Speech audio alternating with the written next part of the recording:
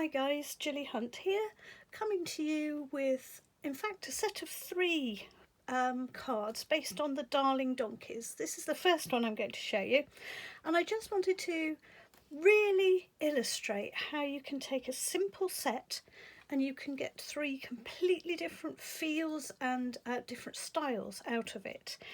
So here's the first one, and I've based this on It's Your Birthday. So I thought we'd do some fun, lively birthday cards. So here goes, let's have a start. This is what you're going to need. We're going to take a piece of base card, which is 7 by 5, and we're going to fold it in half, score it, to fold it in half so that we make ourselves a 3.5 by 5 card, which is actually the same size as the note cards that you can buy from Stampin' Up. So you make your choice, you fold your own or you do one, you buy them in. Then we need a piece of coloured card, and on the previous two I've used Granny Apple Green for this one, and I've used Pacific Point, which is this lovely mid blue. And on this one that I'm going to do, I thought we'd try the third colour. We're going to have a go at Mango Melody. Okay, and that simply goes on there as a background. So that's the first thing we're going to do, is stick that down. And you can use a bit of tape for this. You can use the seal, tape on a roller, or like me, you can just use a little bit of wet glue. It's quite up to you. If you're wanting to do it as a beginner, I would always suggest a bit of wet glue first, because then you can always give it a little wiggle about if it's not quite straight. Okay, so that's the first thing you're going to do, and then you're going to take a piece of white card. So let me just put that out of the way.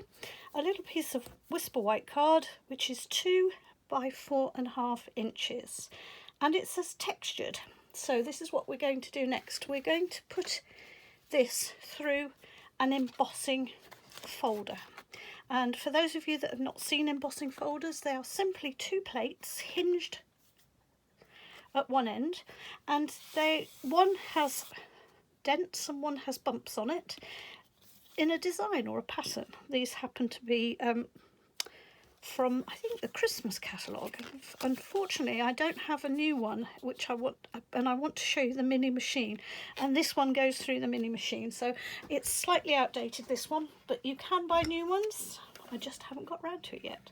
And this is the lovely, lovely, lovely little desktop mini embossing machine, and I want to show how brilliant this is. So first goes the first plate, so it's plate number 1. Then we put our embossing folder down, and we always put it with the folded hinged part facing inwards first, so that as it pushes, the pressure pushes it this way. All of the pressure goes out to an open end. If you put it in the other way round, the pressure, as it pushes and pushes and pushes, puts pressure on that hinge, which is that hinge at the end there. So it's always best to put it in what I call head first, with the hinge first. And then we put the embossing plate, which is number 3, on top. We line them all up, and we just gently start to push it through. Oops, and then we take it over from there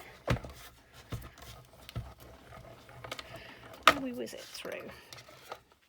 And this way we've created, easy peasy, a really nice piece of textured card. It's hard to see the texture, there we go. Really nicely textured card.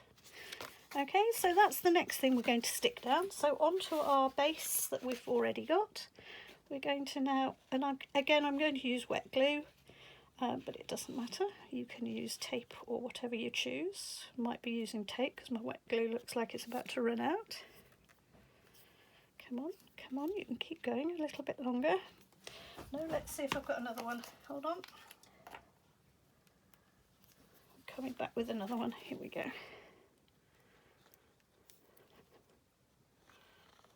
There we go. Nice brand new one. And we're going to stick this into the centre. Now it's designed so that it fits not dead central in terms of the top and the bottom being the same as the sides. The sides are wider and thicker, and the top and the bottom are narrower, so just you need to centre it between the top and the bottom and between the sides. Okay, there we go. And I've got mucky fingers because I've just handled that glue. Let's just wipe them off. Okay, and the next thing we're going to do next, we've got our basic card set up now. We're now going to do the donkey himself, and he is the most gorgeous little donkey. You get 3 different donkeys within the set. Let me just show you as a quick reminder, you get these lovely donkeys. But I'm going, it's your birthday, but rather happy dancing donkey. I think he's dancing anyway. So I'm going to use the Memento because I want to colour this with the Stampin' Blends. And the Stampin' Blends are alcohol markers. And so you always need a dye-based ink with an alcohol marker. And then it won't pick up any nasty bits and pieces from the ink as you colour. So there we go. Now let's get colouring. Now I'm just going to put underneath it a little piece of card. If I can find a little scrap over here. I thought I was so organised earlier on. There we go. Let's put this underneath because sometimes the blends do tend to soak through. So here we go. Now I'm going to use light petal pink, a dark petal pink, a light crumb cake, and an ivory. And I may, depends on how it goes, I may use a tiny bit of dark crumb cake, but probably not. So I'll just see how we go as we colour. So these are my main palette, these colours here. And the lightest of those is the light petal pink. Okay, so what I want to do now is I want to have a look at the donkey, and I want just to show you by looking at the donkey I've done here. What we're looking for is if the sun was shining or a bright light, a big spotlight was shining on this donkey, where would it highlight first? Well, it would hit his lovely fat stomach because his fat stomach would stick out. And it would also highlight this cheek because this would be sticking out towards us the furthest. So those 2 places, what I'm going to do is I'm going to just make like a little circle or a little oval around them so that we keep the white of the background, and then we colour in all the way around to meet those. And I'm going to go down his hooves and all over the place, but I'm leaving that little piece that I left as an oval. Okay, and I'm going to go over everything with this light petal pink. Okay, so we've now got this little bit of belly and this little piece of cheek bone showing. And now I'm going to go onto the dark petal pink, and I'm going to go just into the areas around that and make like almost a second semicircle. So that's the white bit, and now I'm going to go round here, but I'm leaving, can you see, I'm leaving an inner piece of the light petal pink, and I'm coming around the outside, and the same here, not very much here because actually otherwise I'm just going to be colouring it all in. And I'm going to now leave a little bit around this nostril because this nostril is going to be sticking out too. Okay, and I'm going to fill in all the other pieces because they're all going to be darker. Okay, now I'm going to go for the ivory, and I'm going to go right round the very, very edges. So again, we're still going around this sort of circular, ovally piece. Okay, and I'm going to come round here, and I'm going to come round here, and sort of making another little oval there. Can you see? And now I'm going to go to the light crumb cake, and I'm going to just get his back legs. So that will be that one, because that's at the back. It would be this one, because this is at the back. And I'm going to get the ear, because that's the one at the back. This one's the front, this one's the back. And I'm going to get just the base and his hair and his tail. And I'm going to get just the bottom of his lip and the bottom of his chin, the bottom of his belly. And can you see how we're beginning to get like a nice kind of curvy shape to him? And now I'm going to go right from the very back of him, and I'm just going to get the things that are going to be at the very, very back. So his bottom and the back of there, the very top of the back of his head, underneath his chin. These are all the places where I think there might have be a bit of shadow will fall. I'm going to go back onto that foot. I'm going to go a little bit on this foot, but not as much as that one, so just a little few dibbles and dabbles. Okay, and now I'm going to go back to the very lightest colour, which was the light petal pink. Now I've got to remember to keep this central piece white, but the rest I'm now going to just spend a little tiny bit of time just doing little circular motions, and I'm only just very lightly pressing, really dainty sort of press, because I don't want to take away all of the colour. Because what happens with blender and alcohol pens is that as you go in with a colour, it takes away, not adds to. You know, when you're colouring with a pencil or a crayon, you build up layers. Well, with an alcohol marker, you take away layers. So you have to think of it as subtracting or taking away. And can you see it's actually started to take away some of the darker bits? So I'm now going to go just back in again and make sure I've got some of those darker bits back in whilst it's nice and wet, and it will blend. Okay, his little bottom, a couple of his legs, definitely on this one, definitely a little bit there. Okay, and I'm just going to blend that edge a little bit. So what I did, each time I'm blending it, I'm just going for a slightly paler colour each time. Okay, and I think I'm quite liking him like that. He's got a slightly pinky brown glow, but I quite like that. Now I want to add some darker pieces, so I am going to go for the dark crumb cake. I wasn't quite sure whether I would, but yes I will. So his mane I want to be darker. I'd like his little tufts of hair to be darker, and maybe just a little bit of his trotters, hooves, whatever we are. No, it's trotters on pigs, isn't it? It's a hoof on a donkey. There we go. And I want to just bring in a little bit more of the dark petal pink on the inside of his ear here, because I want it just to shine up that this is his ear, and I want to just bring a little bit of the darker pink around on his nose. There we go. And I'm quite happy with that. So my next job is to cut him out. And this is just a case of fussy cutting. Now, I'm obviously not going to be able to fussy cut this quite as accurately as I probably would like to, because I'm going to be doing it in a rush, and I'm trying to concentrate on talking to you, and I'm also trying to concentrate on making sure I'm on camera and all of those things. So it's not quite as simple as sitting at home just snipping away whilst I'm watching the telly or whatever. I find it quite relaxing actually to fuzzy cut. But I know some people really struggle with it. And I'm going to tell you why you struggle with it. It's not because you're useless, it's not because you can't do it, it's because you haven't got the right tools.